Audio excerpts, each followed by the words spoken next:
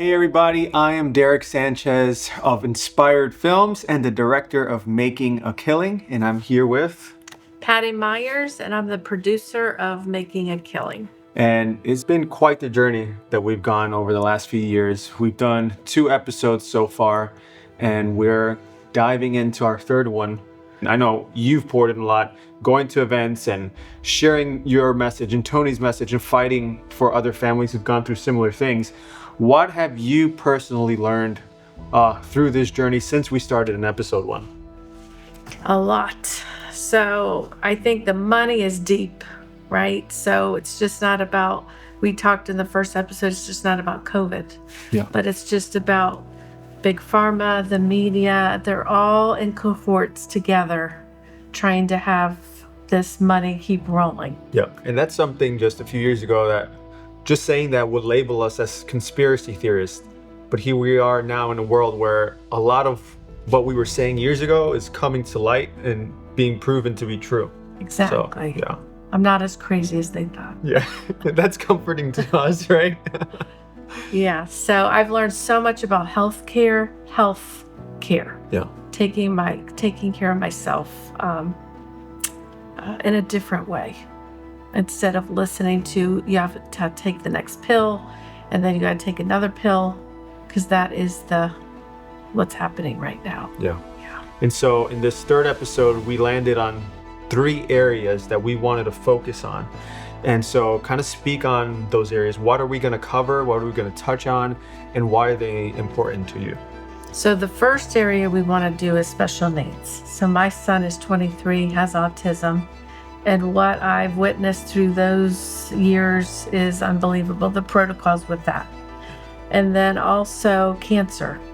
So just a few months after Tony died, his brother got stage 4 colon cancer.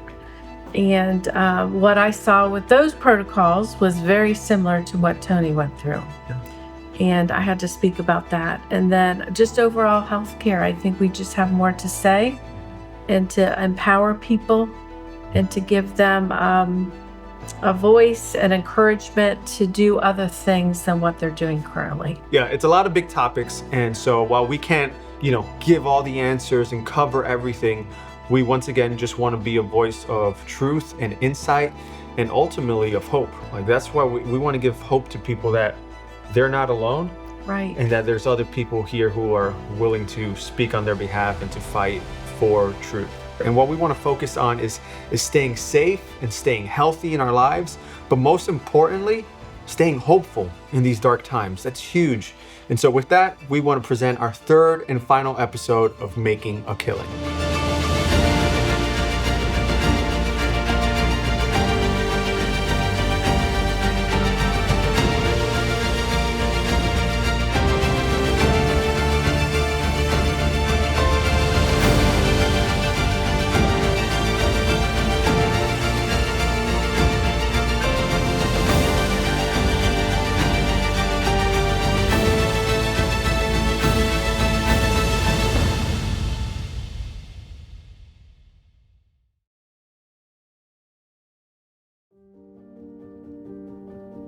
These faces, they're not just names on signs or numbers in a report.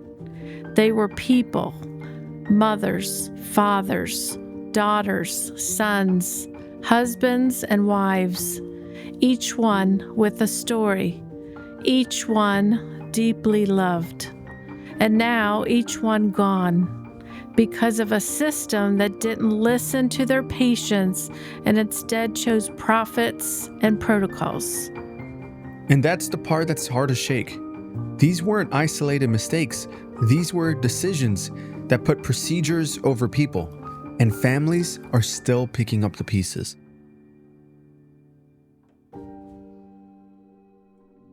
We've seen these same patterns show up in education and medication and hospitalization. The most vulnerable being overlooked, or worse, harmed.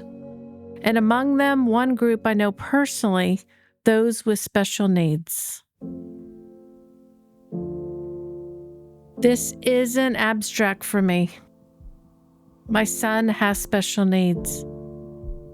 And after years of battling a broken system, I started a program where children like him could finally be seen, heard, and supported. When the system doesn't work, sometimes you have to build something new. That's why I invited Joy to join the conversation. She's a mother at our school, and her story mirrors so much of what families like ours go through. The frustration, the fight, the deep desire to just have our children treated with dignity. We're starting right here with Joy's story, because to understand what's broken, we have to hear it from the ones who lived it. My name is Joy Parnes, and I have been fighting Orange County Public Schools for what seems to be an eternity. And Patty's giving me the opportunity, and I can't thank you enough, because my goal was to make the masses aware and have them relate to what we've gone through with COVID, bringing light to COVID protocols, whether it be in education, medication, or hospitalization. And you've been a godsend to me. And so, Patty, I can't thank you enough, truly. Thank you. So I think we have to start too with the numbers, because CDC just changed the numbers for autism, 1 in 31. So every 1 in 31 children have autism, and more boys. And then developmental disabilities is 1 in 6 children have a developmental disability, which is shocking. So my next question is, why are we having so many kids being diagnosed with disabilities? In all honesty, I feel like when I was growing up, if I reflect back on growing up, there wasn't this diagnosis of autism. There wasn't, like, the prevalence wasn't there, and it's there now. So I agree with you. Like, the question is why? What's changed? I know that some of the reasons people have said is our processed foods, food dyes, which I know you know something about that. Vaccines is a question. The environment. So tell me about food dyes, what your testimony has been with your own daughter regarding that. I can tell you that at 6 months old, I noticed a difference with Sienna. And I started doing research when she was going into kindergarten, and I said, what are these things that she's exhibiting? Because I don't feel like the specialists are telling me what's right. And my mom intuition said, you're wrong. And my medical, as a nurse, intuition said, you're wrong. And even my husband, who's a surgeon, said, you're wrong. The one commonality I can come down to was red dye, or dyes in general. But the red 40 was the one that stood out to me most based on Sienna's symptoms. The one thing I could do was maybe eliminate the dyes. I wasn't perfect. However, the red 40, I said, let me try that one first. Like a process of elimination. I kid you not. Night and day. The red 40.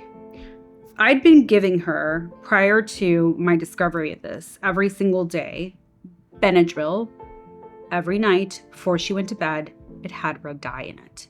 Why was I experiencing these literal, like, psychosis episodes in such a young child that I didn't experience myself? Like, what was it?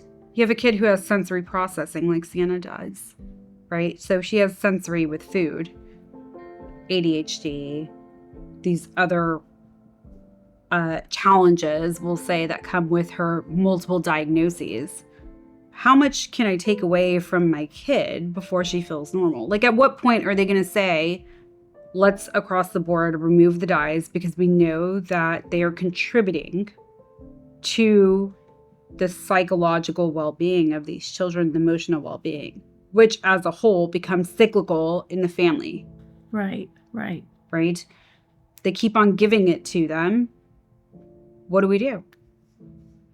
We've been hearing more and more about the effects of artificial food dyes, especially on kids with ADHD or autism. It seems like these additives are doing more than just making snacks look fun, and it could feel a little overwhelming. It is overwhelming at first, for sure. These dyes are in cereals, drinks, snacks, especially products marketed to kids. What's worse is that most doctors aren't asking about diet when behavior changes, which is crazy. Instead of looking at the root causes, children are often labeled or medicated without ever addressing what's on their plate. And there's actual research backing this up now, right? Yes, a review of 25 clinical studies found that over half showed significant behavioral effects from dyes. And California's Environmental Health Office even said current safety standards don't protect vulnerable children. It's not just speculation anymore, Derek. The science is catching up to what many parents have known for years. Okay, so it's not just about cutting out junk food.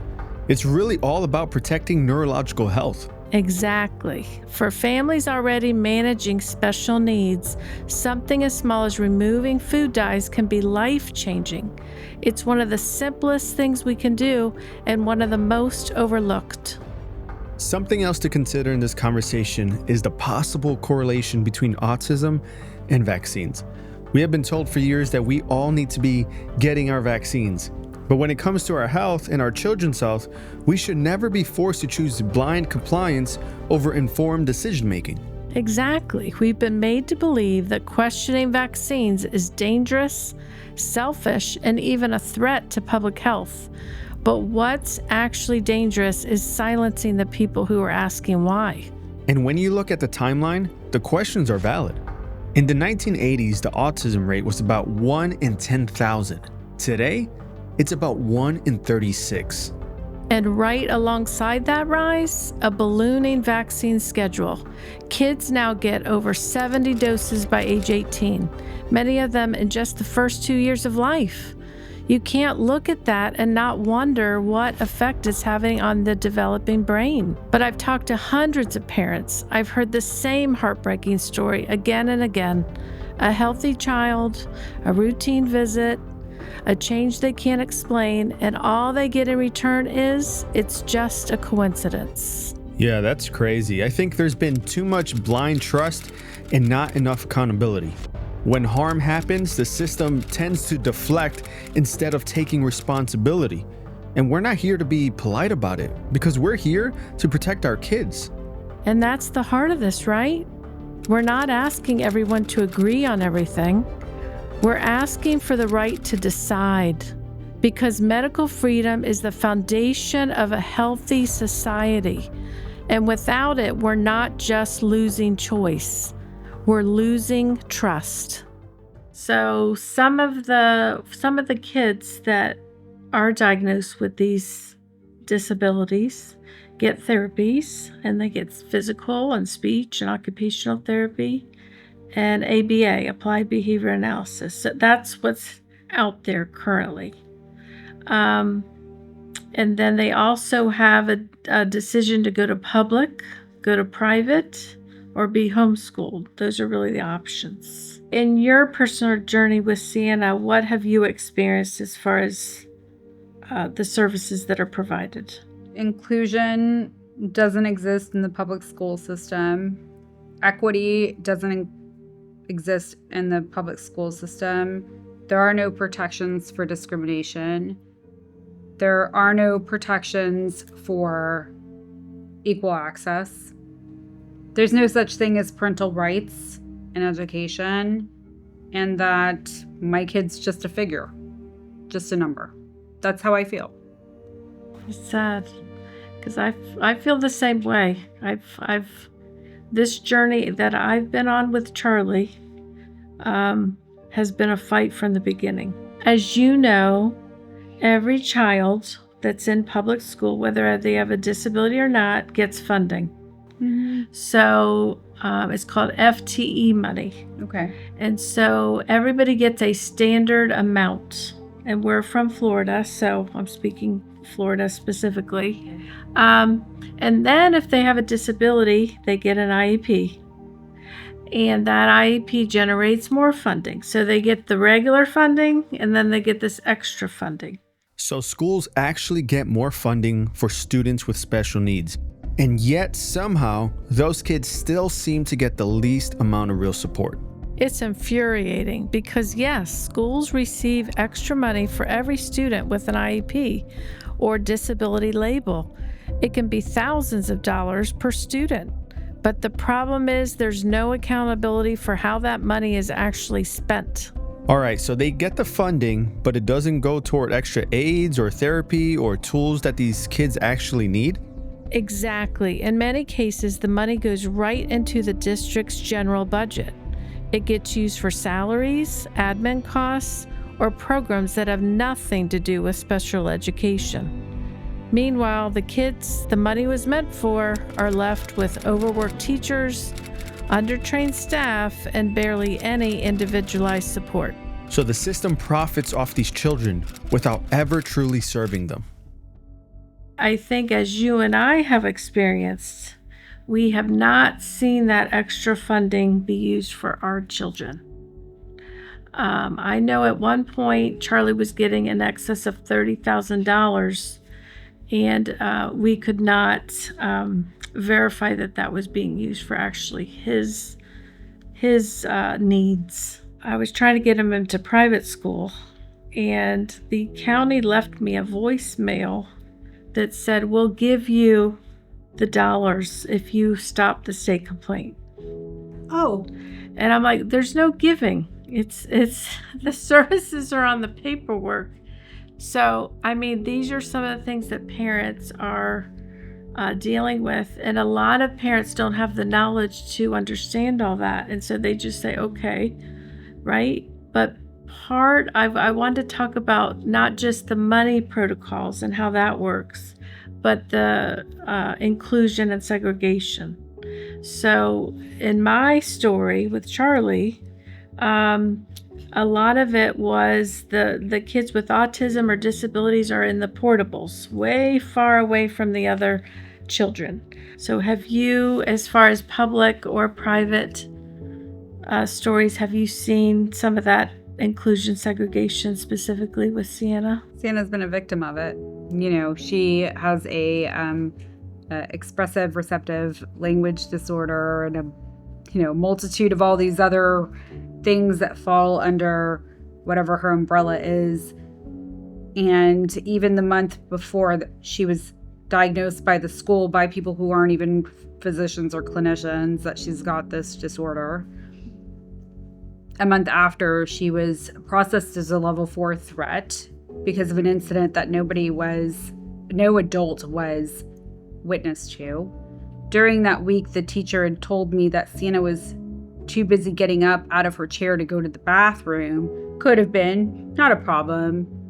So I decided to go in on the school and surprise Sienna and say, "Hi, I'm here. You better get your act together," because I hold her accountable just like everybody else, like naturally.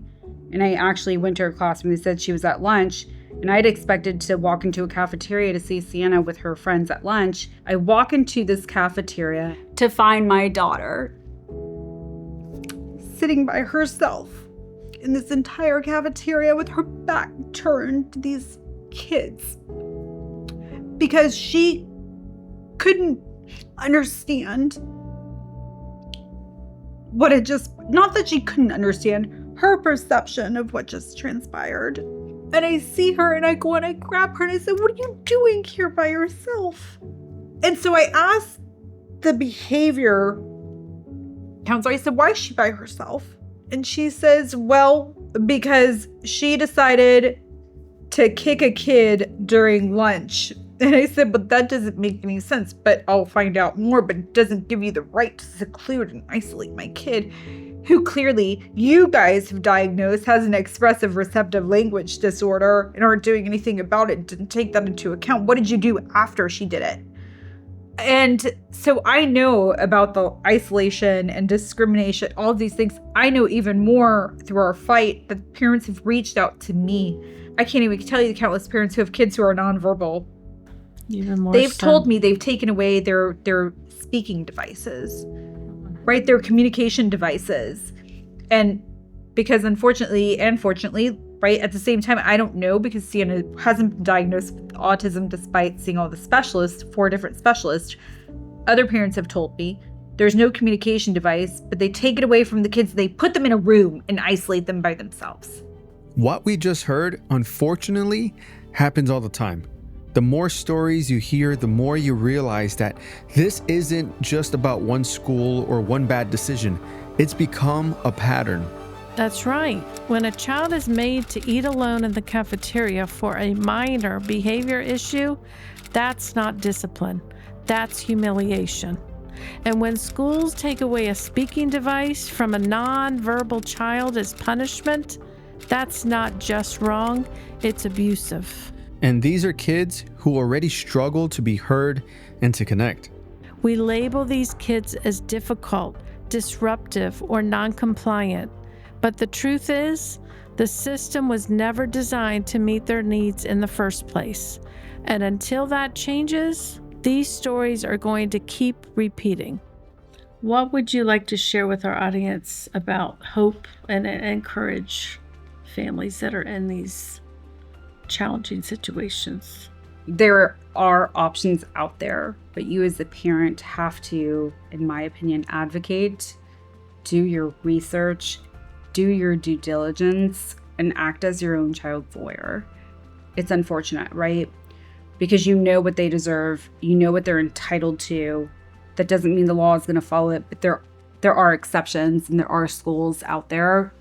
Just don't give up because it's out there.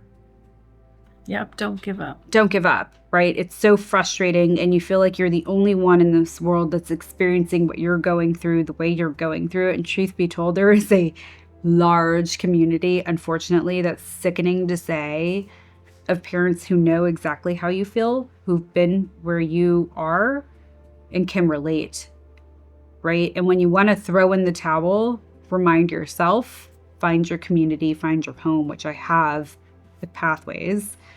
You believe in every single child. The teachers there are dedicated in every single child and they know every single child's potential. And she's blossomed in ways that I can't even tell you.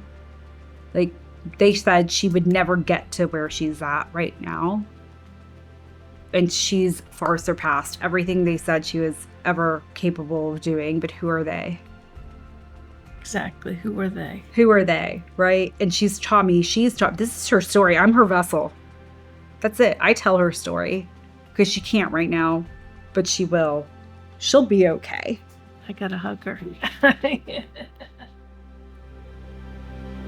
Whether it's in a classroom or a hospital, these protocols that are put in place are more often about control, compliance, and of course, money.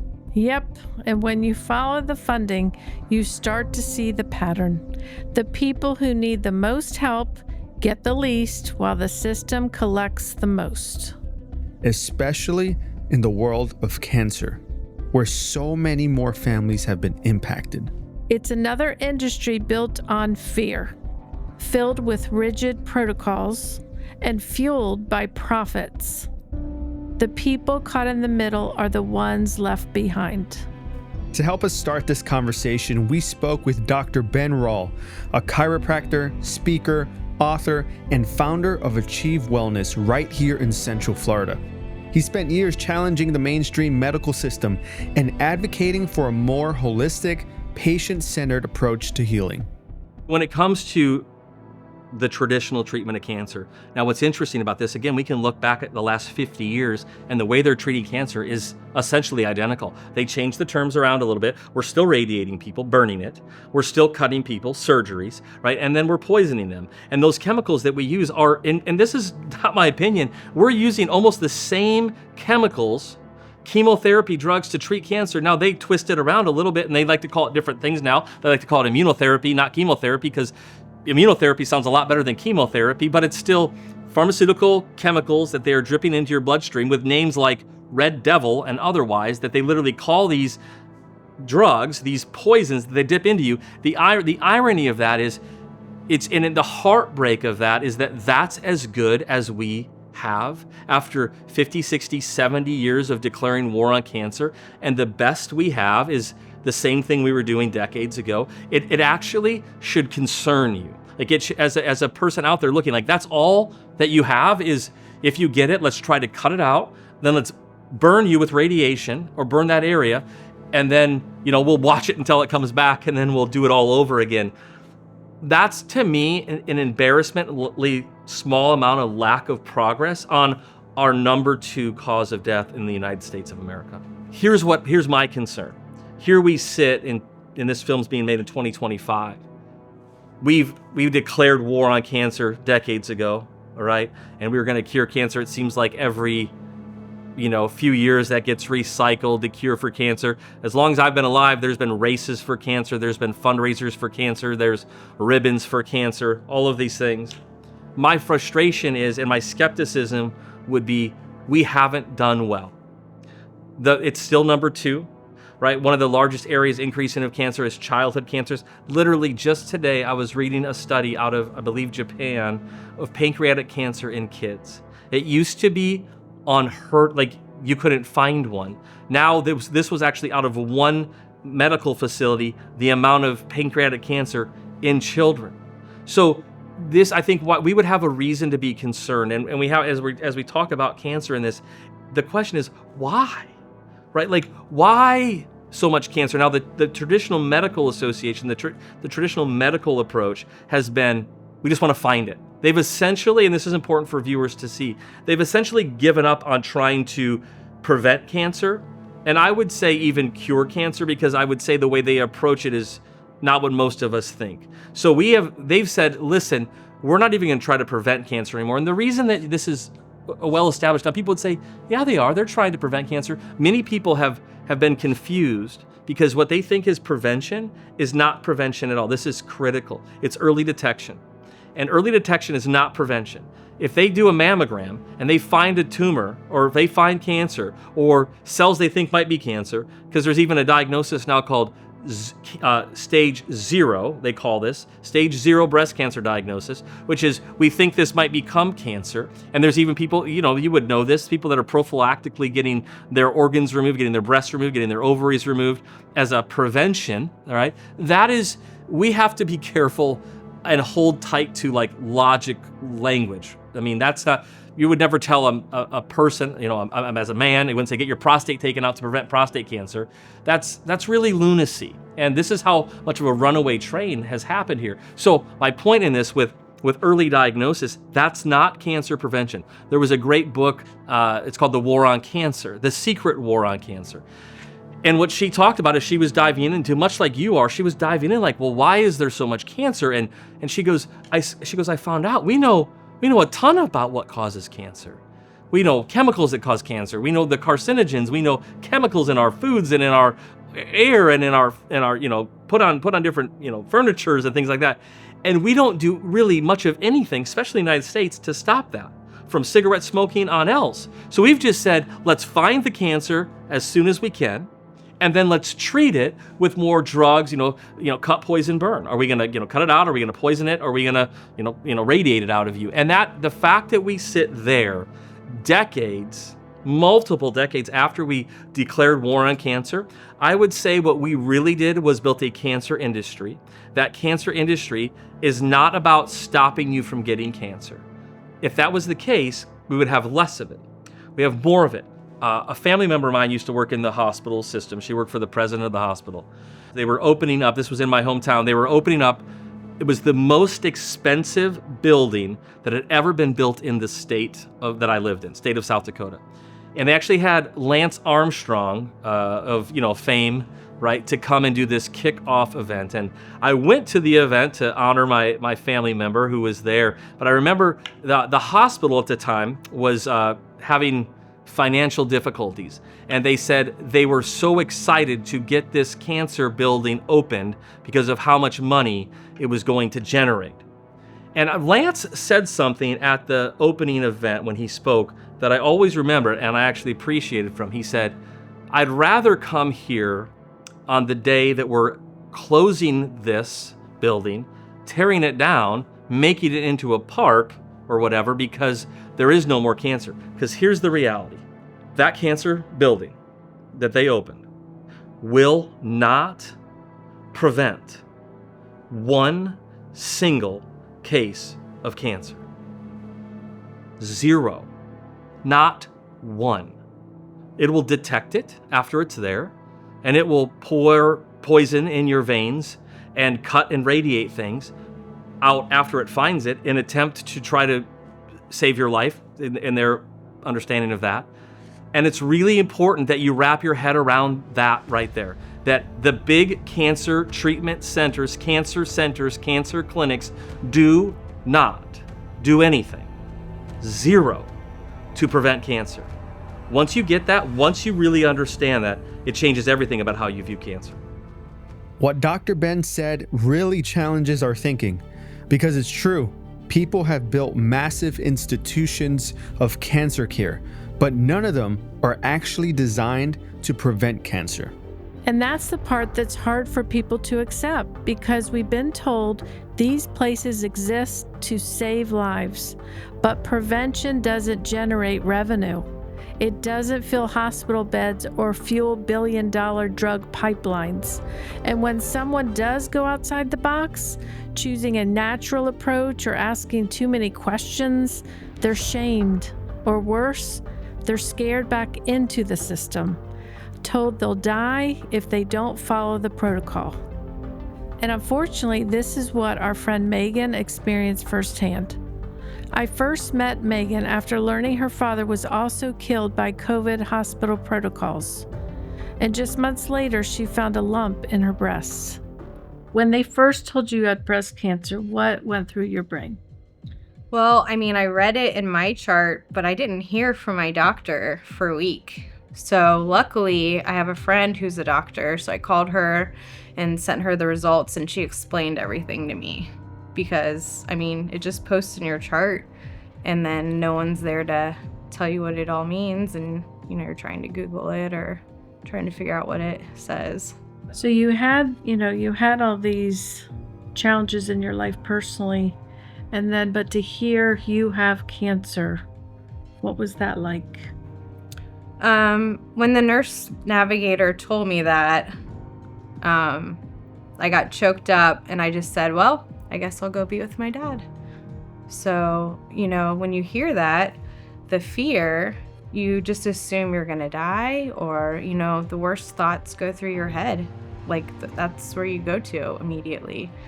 So initially, I was upset and sad and crying and fearful, and, you know, I didn't want to be a cancer patient. I did not want to be sick, you know, to lose my hair, to have like poor quality of life. That was not something I aligned with.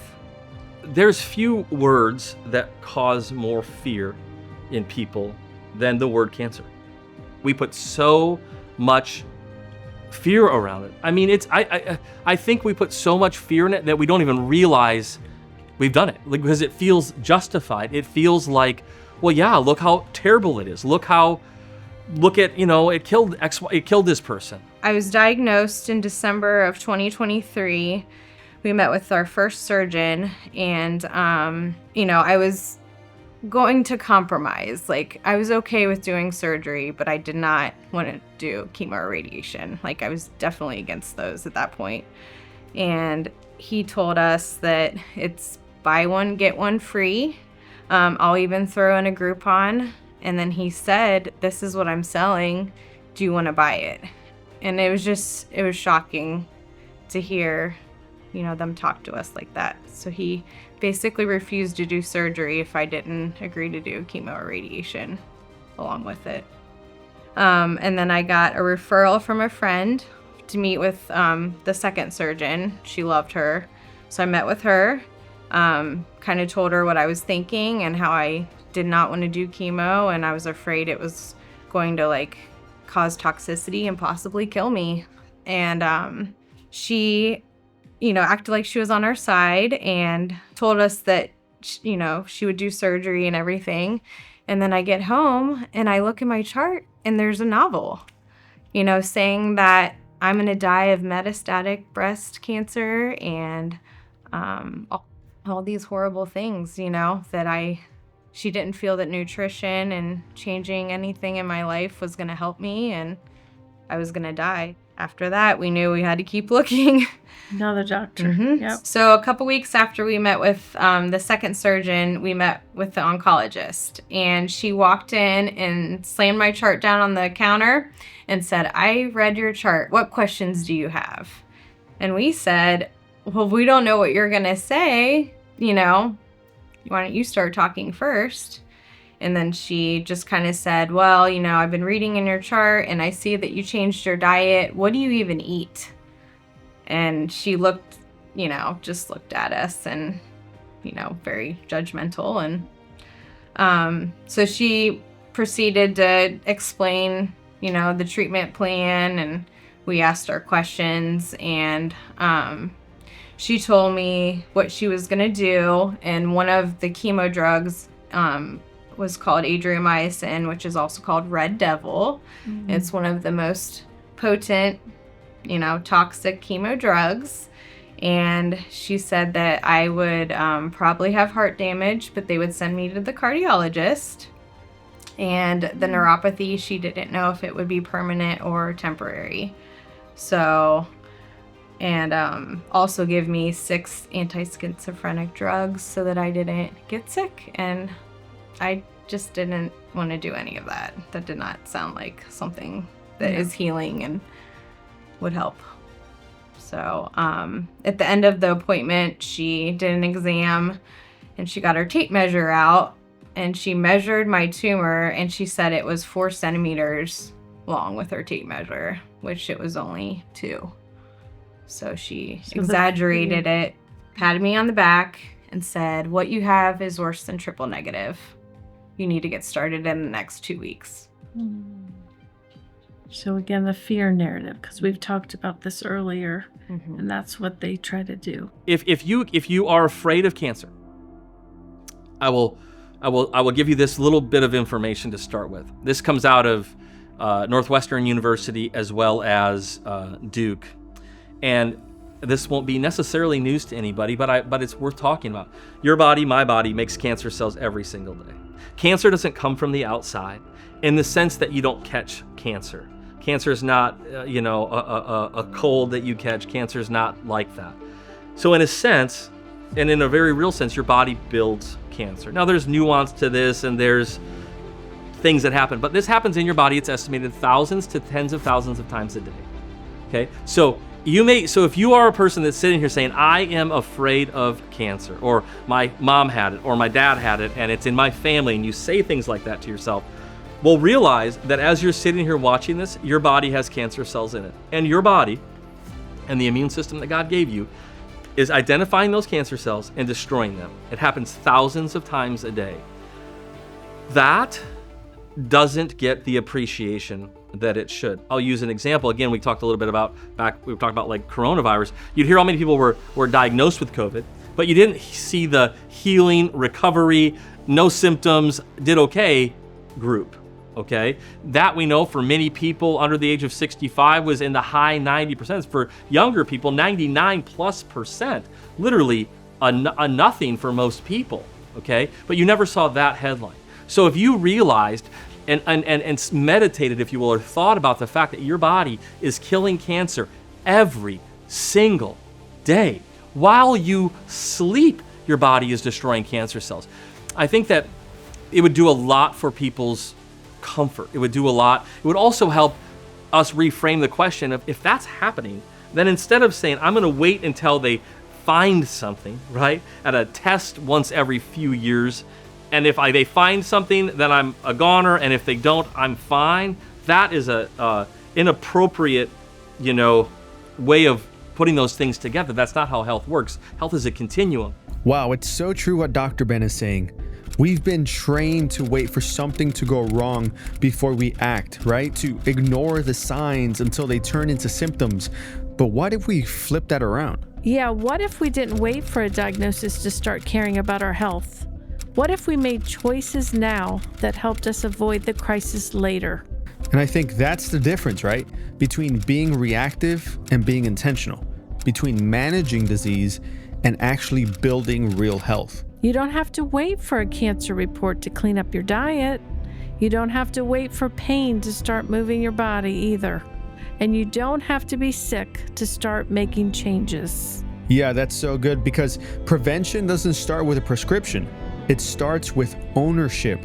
And the sooner we start, the better chance we have at never finding ourselves in this situation to begin with. I changed my diet to like organic, mostly plant-based. In the beginning, I did 12 weeks of vegan, no carb, no sugar, no dairy, because Barbara O'Neill says that's like a sledgehammer for a tumor. And then gradually I incorporated meat back in a little bit. I feel like I needed it, but I would only have it like once a week and in like a small portion. I took ivermectin every day, fenbendazole. I drank soursop tea. I ate bitter apricot seeds from the RNC store, ECAC tea. I could keep going. There's like, I mean, I had handfuls of supplements I was taking every day, and black seed oil. All these, you know, are on NIH articles like talking about how they have anti-cancer properties. Right. So, I mean, they have research behind them. Okay, so you had surgery. Mm-hmm. How did that go? I mean, it was fine. I've never had surgery. So, you know, leading up to the surgery, I was very scared. I was very nervous. I lost some weight before, a little bit, you know. I was just so paranoid, like, you know, not waking up from surgery, or, you know, it was just scary to me, or how I was going to do. Is this, you know, how painful is this going to be for me? So November of 2024, I had surgery to remove the tumor, and the pathology came back that there was necrosis on the tumor. So it was dying. And so you could only confirm that until you got the surgery, right? Yeah. Gotcha. Yeah, okay. Yeah. We had no way of knowing until the pathology came back. But I did really well. I mean, yeah, surprisingly. So tell me, on this side of it, where you're at today. Tell us about how you're doing today. I'm just continuing my healthy lifestyle and just trying to learn as much as I can and research everything and keep listening to all those doctors online sharing the wonderful information about other ways to treat cancer. Right. And how is your mind now? Now? Yes. Great. Is it better? Mm-hmm. Yeah. I was only fearful in the beginning. When they first told you? When they first told me, and I said, you know what? I'm going to prove people wrong. And, you know, even my family didn't like what I was doing. My husband was very, very supportive. He's always encouraged me and paid for every healing modality I wanted to do. So. And that's a good point. I want to bring this up. So your family in general really wanted you to do the traditional route, right? Yeah. And why do you think that was? They have trust in doctors and they have trust in the medical system. And I just said, do you want to see me like skin and bones and bald and miserable? And then I could die from it. Chemo ruins your immune system and it can cause secondary tumors. So when it does come back, your immune system is wrecked and it can't fight it naturally with those natural killer cells like it normally would. So you have to take like a whole body approach, like mind, body, spirit, everything. The modern cancer treatment, you know, they focus on cutting the tumor out, burning the tumor with radiation, or poisoning the tumor. So being on the other side of this diagnosis, what can you share with others to help them in their fight? I feel like you have time. You need to sit back, meet with as many doctors as you can. If you don't like the first one, get a second opinion and just go from there and do what you're comfortable with. I can't tell people what to do. This is my story and this is what I was comfortable doing. And I do want to share with people that there is another way. They don't have to be scared into doing something they're not comfortable doing. In closing our conversation, any last thoughts, Megan?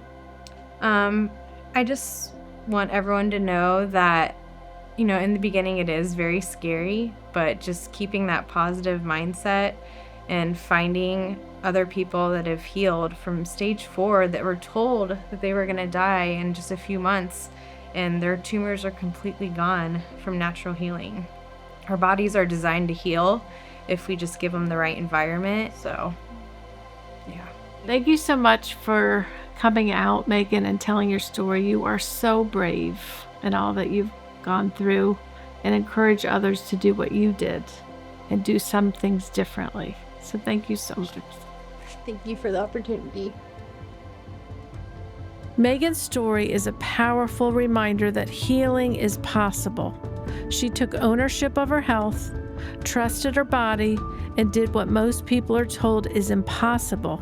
Yeah, her courage gives hope to so many people, because if she can do it, maybe others can too. But not every story ends that way. Sometimes, despite doing everything right, the outcome looks very different. That's what happened to Aaron. My husband went upstate New York to visit with his mom. He had gotten home after the 10 days, and I noticed that he was a little jaundiced, and he really didn't even know what it was. And he's like, "What is that? I feel fine." And we just decided to walk into a urgent care because we could not get a hold of our doctor. It was the weekend. They looked at him and took him right in. And within literally, I'd say 15, 20 minutes, a doctor had walked in and stated that it was non-painful jaundice, sudden onset, which most likely was pancreatic cancer. We were shocked, to say the least. My husband was not on one medication. He was not sick. So we were shocked and tried again to get a hold of our doctor to no prevail. And finally, they said, like, we really want to take you by ambulance. So they continued to do some blood work, CAT scan, MRI, and stated that, they had to take us. We chose not to go that night because it was all too much, too soon, just extremely fear-basing us. I just was like, okay, we need to go talk about this. We need to figure out what's going on and really talk to our doctor. And the following day, got a hold of our doctor, and he did suggest going into the hospital, having particular tests done. We didn't know what was going on. We had a doctor had come in, one of the cardiologists, and he had asked me, "Who is your husband's cardiologist?" And I said, "My husband doesn't have a cardiologist. He's not on any medications." And he said, "He's got a plastic heart valve." And I said, "No, he doesn't." And he argued with me for 3 minutes, stating that, and here's his chart, here is the plastic, and he had the wrong chart. Thank God I was there, because, who knows what I've done? I don't know. But I never left him. So the nurse basically came in, and I asked her if I could videotape her, and she did give me permission because it was, again, so overwhelming to us. So I videotaped her stating that every organ in my husband's body was shutting down. And they were sending him home to go see an oncologist on the following Tuesday. He had loose stools and nauseated. That was it. There was no pain. There was loose stools and nausea, but he started getting extremely weak very quickly. He woke up one day and he wasn't talking. And I'm asking him questions and he's mumbling. And I'm like, I don't know what's going on. So I called our doctor, and she came to the house, thank goodness. And she said, "Call your children." "Your husband's dying." Like, what? What do you mean, Total shock. We called my children, which we have a yearly party at my niece's in North Fort Myers. So all of my children were there, and their kids. So they all came back home, and they were all around his bed. And yeah, my husband passed away. We were just perplexed, what just happened? And so I wanted an autopsy because there was just no answer to what happened and how did this happen so quickly. And so the medical examiner called me, you have to get okayed. It has to go through a huge procedure in order to even have a autopsy. So this medical examiner said, yes, she would do it. And she went ahead and did it. She called me back. It was 10 o'clock in the evening. She called me and said, Mrs. Reddick, I just want to let you know that your husband did not have a stick of a cancer in his body. There was no cancer at all. What he has was a gallstone that was pressing against his pancreas. It was literally a simple gallstone, but they missed it. So, the whole time we were in there, we were trying to get our doctor to talk to their doctors. Hospitalists do not converse with your doctor anymore. The doctors, when you go in there, it's a business. It's a business. They don't want to even have conversation anymore. Like, this is the doctor that has been caring for him for years, and you won't even have conversation with him. What is going on? So there's been a lot of eye-opening things. It's a real shame. I mean, my husband was a father of 9 and a papa of 13, and we're all missing him. We're all missing him. What happened to Aaron's husband should have never happened.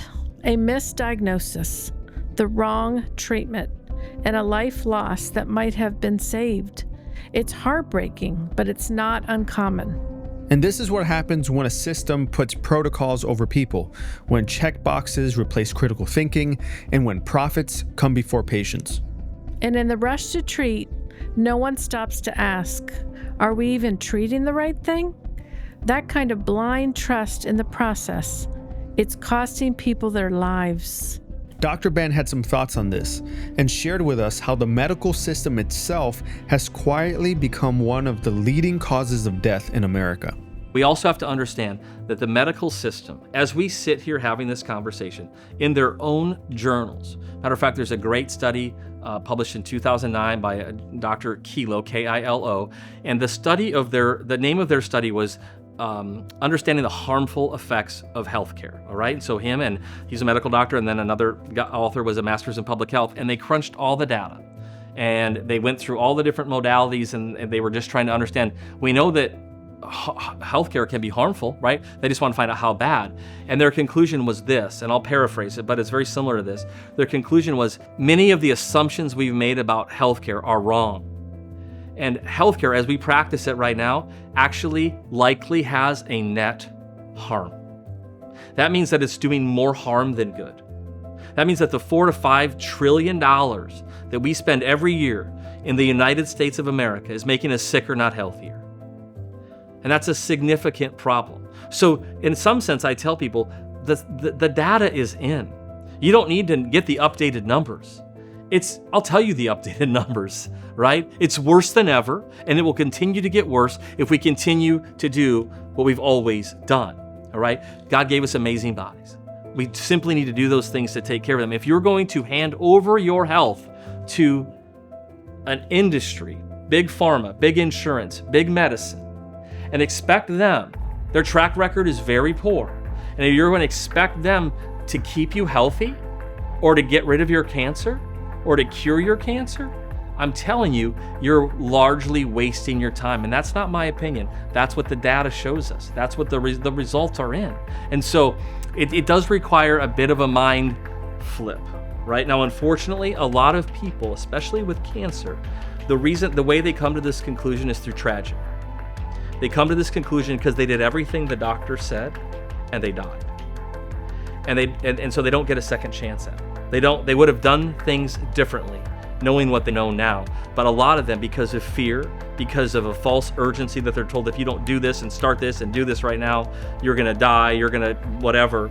And so it's why documentaries like this are so important, because if you're watching this now, you have a chance to think about and operate in this differently. Okay, you can get yourself some understanding, you can start taking care of yourself now. You don't have to wait, you don't have to find the secret guru, you don't have to fly to Arizona or Spain or Germany or Mexico. You can start right now on how you take care of yourself. That is always your greatest tool The greatest thing that you can do if you have any fear of cancer is take care of yourself. And take care of yourself not with the latest biohack, not with the latest quick fix in the holistic healthcare, but simply taking care of yourself the way that God designed you. Dr. Ben reminded us that we don't have to wait for a diagnosis to take control of our health. God designed our bodies to heal, and when we care for them the right way, incredible things can happen. It's about honoring that design through food, movement, rest, and faith, because a healthy lifestyle isn't just prevention, it's actually aligning ourselves with how God made us to be. And no one knows that better than Dr. Pete. He was given a death sentence, but with God's help and a natural approach, he found total healing. Here's his story. Well, Dr. Pete, thank you for joining us. And I heard your story. I saw your story on social media, and instantly, like I said, I've been praying for you, and I really want you to share with our audience your story with cancer. You know, first of all, it's an honor to join you here on this program, Patty. And I think for me, November 25th was a day that changed my life forever. November 25th, 2024, I was diagnosed with a grade 4 diffuse astrocytoma brain cancer. I had surgery December 11th. They removed a tumor the size of a tennis ball from my head in a 7-hour brain surgery. I was awake for 5 or so hours in that surgery, and they told me I had a 1% chance to be alive in 8 months. Well, I'm coming up 10 days from now is that 8-month anniversary of them basically giving me a death sentence, but God.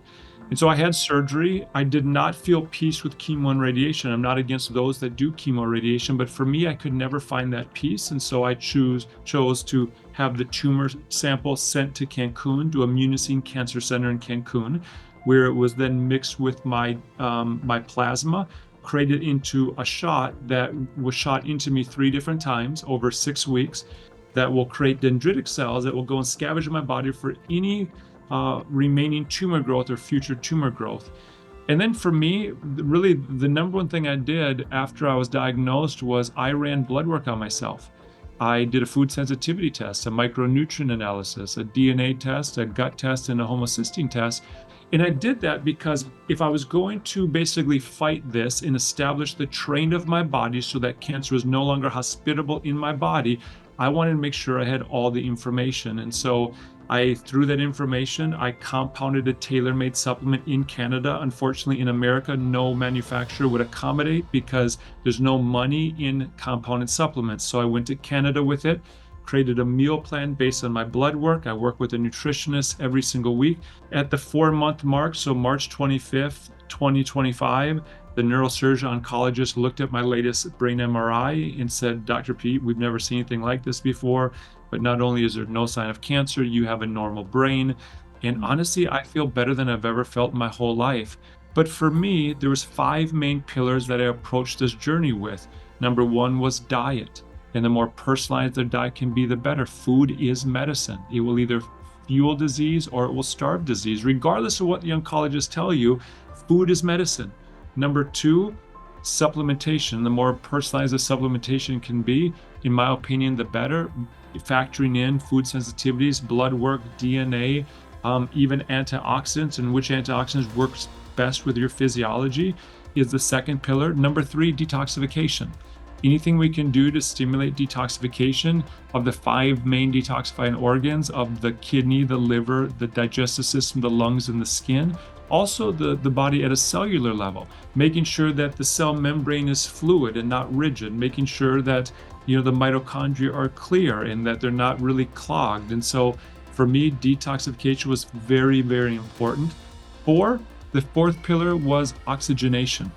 And, cancer does not thrive in an oxygenated environment. So everything that I could to oxygenate my cells, I did. Everything from hyperbaric oxygen therapy to breathing in hydrogen, to breathing in, to drinking hydrogen water, to using ozone saunas, hyperbaric, or I should say, high-dose vitamin C, even stimulating the cells with PEMF, pulsed electromagnetic frequency. And then the 5th one was faith. living from the vantage point of heaven. There's a rest for the people of God when we live by faith. And faith isn't something that I muster up. Faith is something that's imparted through intimacy, where I'm fully convinced of who I am in Christ, fully convinced of truth in the Word of God, fully convinced of His promises. And the litmus test for that is there's a rest for the people of God when we live by faith. And so the pillars of diet, supplementation, detoxification, oxygenation, and faith, that's really how I've governed this whole journey, and God has led me every step of the way. He leads us in paths of righteousness for His name's sake, beside still waters where there's rest for our soul.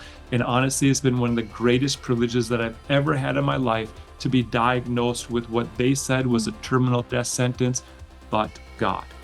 That was awesome. And can I ask you just encouragement for somebody else walking the same path? Yeah.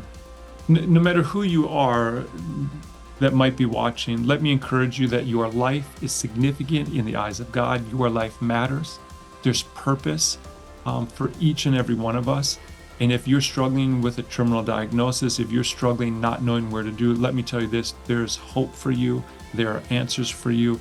And my encouragement is simply surrender that to the Lord. Thank you so much for You're welcome. being It on was an our- honor to connect with you, and praying for you and praying that the Lord just answers all your prayers and opens up many, many doors for you. I appreciate it. When we hear stories like Dr. Pete's and Megan's and others, it fills our hearts with joy and encouragement. Making this series has been quite the journey. We've heard the stories and we've seen the consequences. But now it's time to make a change. What if the future of our health isn't locked away in a hospital, but in our homes, our kitchens, our daily choices? We are not helpless and we are not alone. Across the country and around the world, people are waking up, choosing to live differently, eating real food, moving their bodies, protecting their peace, asking better questions, and trusting in God's design. This isn't about finding one magic cure. It's about realigning with the design that was already inside us. We are the generation who can turn the tide for ourselves, our children, and our children's children. Here's the truth. The system won't save us, but maybe, just maybe, we can save each other. One conversation, one decision, one step at a time. This is not the end. This is the beginning. Making a killing was about exposing the lies, but now it's about making a difference. You don't need to be afraid. I did it my way, and I know that you can do it too. You got this. I believe that just the fact that you're watching here, I pray that you're encouraged, that you're filled with hope, that confident expectation of the goodness of God manifesting in your life. The battle doesn't stop here. It continues with you. And now is the time to stand up and take control of your own health. Because like Dr. Ben says, your body is designed to heal. And no matter what they tell you or how they try to scare you, there is always another way. There is always hope.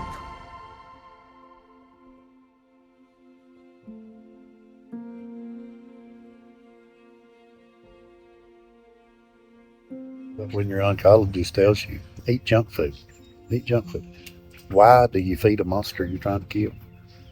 It don't make sense. When you go back to have your infusion, they've got a snack bar up there. Sugary treats. The biggest part of it, the healthiest thing on there was probably a pack of peanut butter crackers. Everything else was sugar. I mean, bear claws and donuts. It's terribly wrong. I had one bad year. That was last year. Yeah. I'm going to take the next one for me. You know, and if at the end of this one, the good Lord calls me home, I've had a good year. You planted a garden? I've had a good year.